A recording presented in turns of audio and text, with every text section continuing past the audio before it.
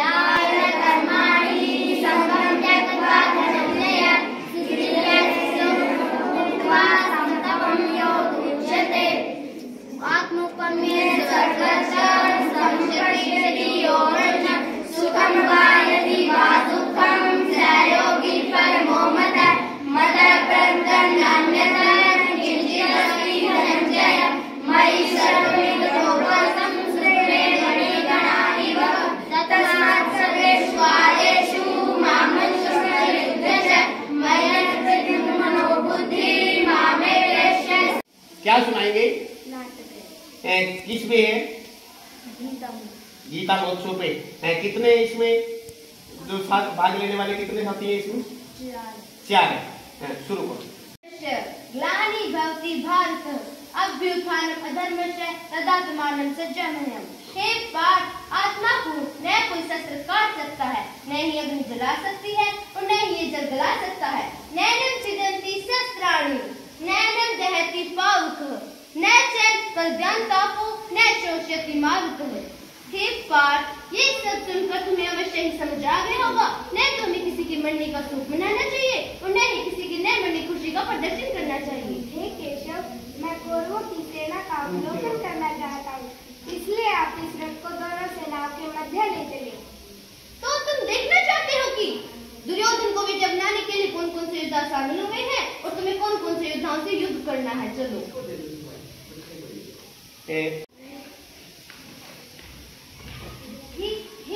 पार्थ, तुम्हारी इच्छा अनुसार मैं तुम्हें दोनों सेनाओं के मध्य ले आया हूँ। अब तुम सेना की ओर देखो। अग्र में खड़े हैं पितामह भीष्म जो तुम्हारे सबसे बड़े शत्रु हैं, और दूसरे तुम्हारे सबसे बड़े शत्रु हैं आचार्य द्रोण जो तुम्हारे गुरु हैं, और दाई और दुर्योधन।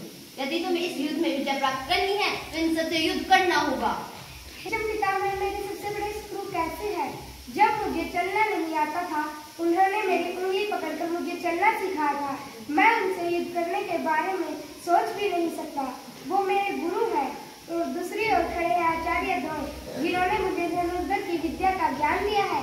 ऐसे में तो उनके द्वारा दी गई विद्या का भी अपमान होगा और उनका भी अपमान होगा। मैं अपने ही सगे संबंधियों के रक्त की धारा बहते हुए नहीं देख सकता। मुझे क्षमा कीजिए। लगता है उर्वशी के श्राप का प्रभाव तुम पर अभी भी शेष है। तुम एक नपुंसक की भांति बोल रहे हो, तुम किसी योद्धा की भाषा नहीं बोल रहे। याद रखो, जिन्हें तुम अपना कह रहे हो, जिनके लिए तुम्हारे मन में प्रेम, स्नेह और आदर की गंगा बह रही है, याद रखो 13 वर्ष पहले द्रौपदी के निश्वस्त्र होने पर ये लोग चुपचाप तमाशा देखते रहे। किसी ने भी उसकी रक्षा की हाथ तक नहीं उठाया और आज यही हाथ तुम्हारे और पांडवों के तले उठे हुए हैं। क्या यही तुम्हारे अपने हैं? हे अर्जुन, ये कौरव एक बात निश्चित रूप से जानते हैं कि यदि इन्हें इस युद्ध में विजय प्राप्त करनी है तो उस महापराक्रमी को अपने हाथ से हटाना होगा जिसका नाम अर्जुन है। यदि तुम इन सबको मौत के घाट नहीं उतारोगे तो ये तुम्हें अवश्य ही मौत के घाट उतार देंगे। मौत के घाट उतारना चाहते हैं तो उतार दे, मुझे मारना चाहते हैं तो मार दे, मुझे इसकी कोई परवाह नहीं है। लेकिन मैं अपने ही सगे संबंधियों को मारकर कुल घाती होने का पाप अपने माथे पर कैसे लिखवा सकता हूँ? वो मेरे अपने हैं, मैं उन्हें नहीं मार सकता। ऐसे में तो वो युद्ध तो देख रहे हैं। इस युद्ध में होने वाले पाप या विनाश के कारण यदि वे इस पाप या विनाश को नहीं देख सकते, परंतु क्या हुआ, हम तो देख सकते हैं ना, इस युद्ध में होने वाले पाप या विनाश के कारण यह पाप उस भांति फैलेगा जिस प्रकार एक प्राणघातक रोग व्यक्ति के पूरे शरीर में फैल जाता है और व्यक्ति का पूरा शरीर खराब हो जाता है। और पाप या विनाश के कारण पूरा कुल सनातन धर्म का नाश हो जाएगा और सनातन धर्म का नाश हो जाने से पूरा कुल वर्ण संकर का कारण बन जाएगा और वर्ण संकर का कारण बन जाने से संसार में रहने वाली सभी स्त्रियां दूषित हो जाएंगी और स्त्रियों के दूषित हो जाने से वर्ण संकर संतान उत्पन्न होगी और पूरा कुल नर का अधिकारी बन जाएगा। ऐसे में तो उनके पिता तथा पितरों आदिवती उनके पिता तथा पितरों को यह आदिवती प्राप्त हो जाएगी। इसलिए मुझे क्षमा कीजिए, मैं अपनों से युद्ध नहीं कर सकता। मैं उनके खून की धारा बहते हुए नहीं देख सकता। मैं एक पराक्रमी हूँ, लेकिन मैं इनसे युद्ध नहीं कर सकता। इससे अच्छा तो हे प्रभु, मैं कमंडल लेकर घर घर जाकर भिक्षा मांगू। सुंदर विचार है तुम्हारी, घर घर जाकर भिक्षा मांगू। क्या तुमने इसी कायरता के लिए शिव जी से वासुपत्र शस्त्र ग्रहण किया था? इसी कायरता के लिए? और याद जाओ, तुम इस बुरी शक्ति का अंत कर दो। याद रखो, तुम एक क्षत्रिय हो। मैं जानता हूँ, मैं एक क्षत्रिय हूँ। युद्ध करना मेरा धर्म है। अपितु इस कौरव सेना को देखकर मेरा शरीर ढीला पड़ रहा है, मेरी आत्मा कांप रही है। इस निश्चित बड़ी सेना को देखकर मेरी मति भ्रष्ट हो गई है। मैं भय से डरा हुआ हूँ। मैं उनसे युद्ध करने के लिए तैयार हूँ। आप मेरे प्रभु हैं, आप मेरा मार्गदर्शन करें। हे अर्जुन, क्षम्य बड़ा बलवान है। यदि तुम सोचते हो कि इन पापियों का संहार नहीं होगा तो यह असत्य है। इन पापियों का संहार तो लिखा गया है, जो कि अवश्य ही होगा। तुम तो सिर्फ एक निमित्त हो। कहेंगे मैं वैसा ही करूँगा। हे अर्जुन, याद रखो, तुम एक क्षत्रिय हो और तुम्हारा धर्म है युद्ध करना।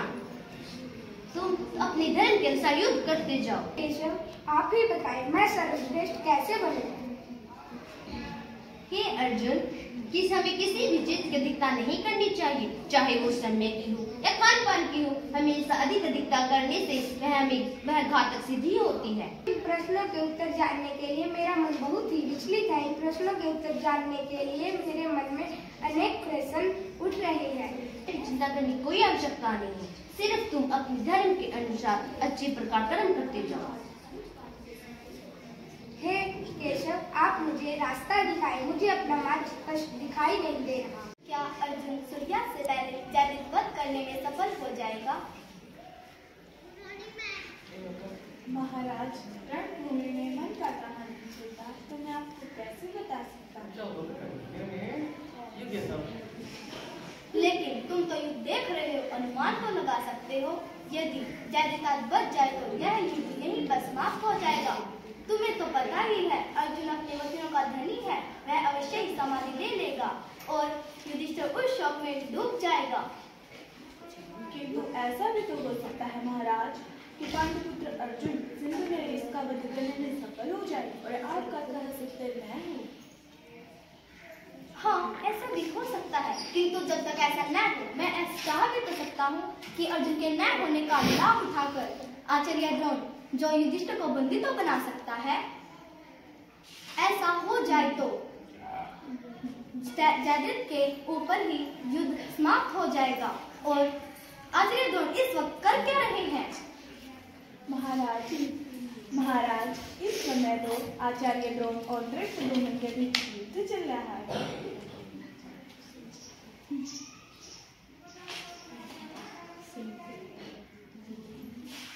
नैनम छिदन्ति शस्त्राणि नैनम दहति पावक न चैन कल्दन्तापो न शोषति वावते। महाराज, इस युद्ध भूमि में तो वासुदेव श्री कृष्ण अर्जुन को यह संदेश दे रहे हैं कि उन्हें कौरवों की सेना के साथ युद्ध करना है, न बल्कि उन्हें अपना मानकर उनके समक्ष खड़े रहना है। वासुदेव श्री कृष्ण ने क्या कहा? महाराज, इस युद्ध भूमि में तो वासुदेव श्री कृष्ण अपने सर्वज्ञ को ही बदले हुए हैं। वे स्वयं नहीं बोल रहे, अभी तो उनकी जगह कोई और ही बोल रहा है। और कौन? महाराज, कुंती पुत्र अर्जुन इस संदेश से क्या समझे ये तो मैं नहीं जानता, किंतु मैं इतना अवश्य जानता हूँ कि इस युद्ध भूमि में नारायण के सिवा और कोई कह ही नहीं सकता कि त्रिलोक में ऐसी कोई वस्तु नहीं है जिसे हम प्राप्त करना चाहते हैं और प्राप्त न कर सके। वे कह रहे हैं कि संसार में उनके करने योग्य कोई कर्म नहीं है, अभी तो वे कर्म कर रहे हैं। यदि वे कर्म नहीं करेंगे और संसार में दृष्टांत मानकर कर्म को त्याग देगा और कर्म चक्र ठहर जाएगा, और कर्म चक्र के ठहर जाने से सारा समाज नष्ट हो जाएगा और सर्वनाश का कारण वे स्वयं ही ठहराए जाएंगे। अब पांडुपुत्र अर्जुन ये कह रहे हैं, यदि उनका प्रिय अभिमन्यु उनके समक्ष नहीं खड़ा हुआ तो वे अपनी समाधि ले लेंगे। महाराज, अर्जुन जैसे महायोद्धा का अपनी समाधि ले लेना तो बिल्कुल अच्छी बात नहीं है। यदि आचार्य द्रोण के कमल युद्ध को तोड़कर आचार्य जयद्रथ के पास पहुंचना तो असंभव है। प्राण त्यागने के बाद जब मेरी अनुज पांडु के साथ भेंट होगी तो मैं उसको क्या उत्तर दूंगा? वह तो यही कहेगा कि मैंने अर्जुन को बचाने का प्रयत्न ही नहीं किया। महाराज, वे तो और कई प्रश्न भी कर सकते हैं। राज्य ग्रह से लेकर द्रौपदी निस्वस्त्र तक वे तो और सारी बातें भी पूछ सकते हैं ना महाराज। नहीं, तुम मेरे अनुज को नहीं जानते। वह तो सिंहासन पर बैठ ही नहीं रहा था। वह तो किंतु दादी श्री के आदेश में उसे विवश कर दिया। वह निसंदेह होता तो मेरे दुर्योधन को ही युवराज घोषित करता, और वह तो अवश्य ही पूछेगा संजय कि तुमने जब मेरा भ्राताश्री कि जब मेरा पुत्र आत्मदाह के मार्ग पर चल रहा था तो आपने रोकने का प्रयत्न क्यों नहीं किया? संजय, इस प्रश्न का उत्तर दो मुझे। महाराज, ऐसे प्रश्नों के उत्तर तो स्वयं ही देने पड़ते हैं, और ऐसे प्रश्नों के उत्तर तो स्वयं ही देने पड़ते हैं। इस युद्ध भूमि में तो लोग वीर गति को प्राप्त होते ही रहते हैं और किसी न किसी को तो प्राण त्यागने ही होते हैं। इस युद्ध भूमि में सिंधु पांडुपुत्र अर्जुन या सिंधु नरेश में से किसी एक को तो प्राण त्यागने ही होंगे। आप अपने हृदय में झांक कर देखें महाराज, कि आप किसे जीवित देखना चाहते हैं? नहीं, जयदीप मेरा जमाई है संजय, उसकी मृत्यु के विषय में तो मैं सोच भी नहीं सकता। और अर्जुन मेरा अनुज पुत्र है। तुम्हें तो पता ही है कि मैं अपने आप को भी इस प्रश्न का उत्तर नहीं देना चाहता हूँ। हाँ महाराज, यह सत्य है कि ऐसे प्रश्नों के उत्तर हम स्वयं को भी नहीं दे पाते। मैं अग्नि देवता की पूजा करूंगा कि जब अर्जुन अग्नि समाधि लेना चाहे तो वह बंधक ही न हो, जिससे जयद्रथ बच जाएगा। किंतु अर्जुन भी ऐसा नहीं है कि मुझे सौभद्र की मृत्यु का दुख है। दुख तो है, किंतु युद्ध में तो लोग वीर गति को प्राप्त होते ही रहते हैं। मैंने युधिष्ठिर के पास शोक संदेश भिजवा दिया है, और अर्जुन को यह शोभा भी नहीं देता कि वह अपने बहन के माथे के बिंदु को मिटाने का प्रयत्न कर रहा है। अर्जुन को युद्ध के लिए तैयार ही नहीं था, किंतु युद्ध के लिए तैयार ही नहीं होता अर्जुन तो अभी यह युद्ध भी नहीं होता, और युद्ध नहीं होता तो प्रिय अभिमन्यु जीवित होता। ये युद्ध ही तो करवा रहे हैं। ना जाने देवकी का पुत्र किस जन्म का बैर निकाल रहा है। महाराज, आप वासुदेव श्री कृष्ण को दोषी कैसे ठहरा सकते हैं? आप तो अपने पुत्र मोह में डूब गए हैं। आपकी आंखों के आगे तो मोह का पर्दा पड़ गया है।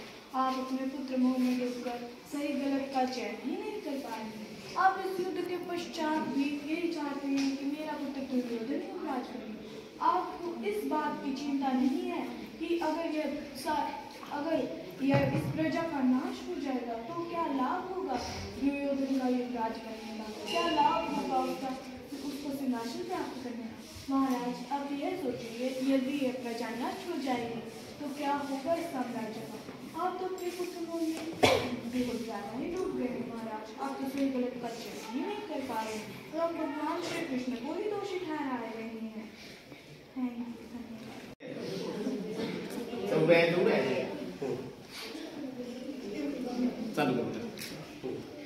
आपने देखा है हम गांव देवड़ा का जो कन्या स्कूल है उसके अंदर खड़े हैं, और ये स्कूल ही नहीं गुरुकुल, मिनी गुरुकुल कहो इसको, एक गुरुकुल में ही खड़े हैं। जो बच्चे बैठे हैं। अनुशासन हमने आपको कई बार पहले भी दिखाया है, और जो आज गीता महोत्सव की जयंती के पे अवसर पे इन बच्चों ने श्लोक सुनाए हैं। श्लोक तो सभी बच्चे जानते हैं लगभग, उनमें से कुछ बच्चे आपके सामने खड़े हैं, और यदि हम आपको श्लोक सबके सुनाए तो लगभग पूरी फौज बैठी है श्लोक सुनाने के लिए। जो इनको तराश रहे हैं, इन हीरो को जो हमारे सामने बैठे हैं, गीता के जो श्लोक इन्होंने सुनाए हैं, वो मैडम जी और जो शास्त्री जी हैं हमारे बीच में खड़े हैं। हम इनसे भी बात करेंगे। मैडम जी नमस्कार। नमस्ते सर। मैडम जी, जो आपके बच्चे इतनी अच्छी संस्कृत जानते हैं, बहुत सारे स्कूल ऐसे हैं कि संस्कृत लागू भी नहीं है, तो क्या कारण है कि आपने इनको अच्छी तरह तैयार किया है? इसके बारे में थोड़ा बच्चों के बारे में बताइए। ये हमारे शास्त्री जी का मुख्य रूप से योगदान रहा है। ये बच्चों को हमेशा इस बारे में प्रोत्साहित करते रहते हैं, हमेशा तैयार करते हैं, और क्लास में भी हमेशा इसी तरह लय में गाते हैं। शास्त्री जी का योगदान की मेहनत, क्लास में इनका हमेशा बने रहना, और उसके साथ साथ बच्चों का उत्साह, इन सब से मिलकर हमारे बच्चे इतनी तरह अच्छी तरह से हमेशा तैयार रहते हैं। इनको किसी भी समय हम खड़ा कर दें तो ये हर समय तैयार रहते हैं। शास्त्री जी का मुख्य रूप से योगदान और बच्चों की मेहनत दोनों मिलकर रंग लाती है। ठीक है जी, बहुत बढ़िया।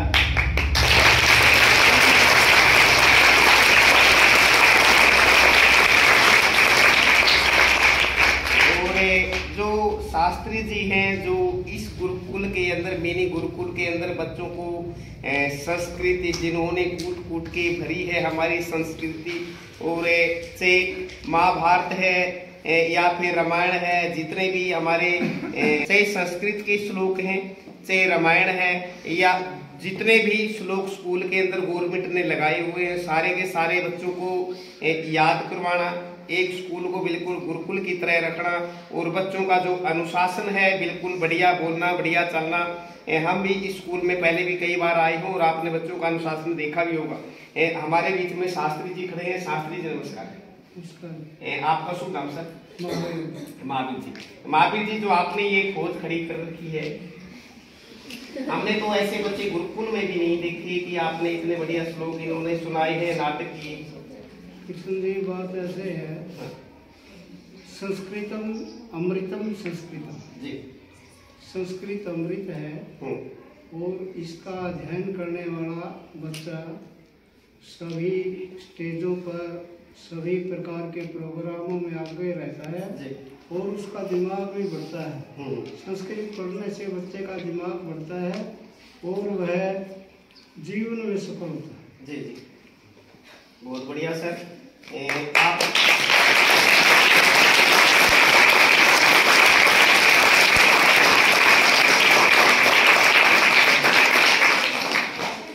हिंदू धर्म रक्षा सभा संगठन की तरफ से इन बच्चों को छोटी सी भेंट, योगा की पुस्तक है, छोटी सी भेंट हिंदू धर्म रक्षा सभा की तरफ से, जो बच्चे हमारे सामने खड़े हैं 7 बच्चे हैं, इनको योगा की पुस्तक मैडम से प्रार्थना करूंगा कि इनको भेंट करें अपने हाथों से।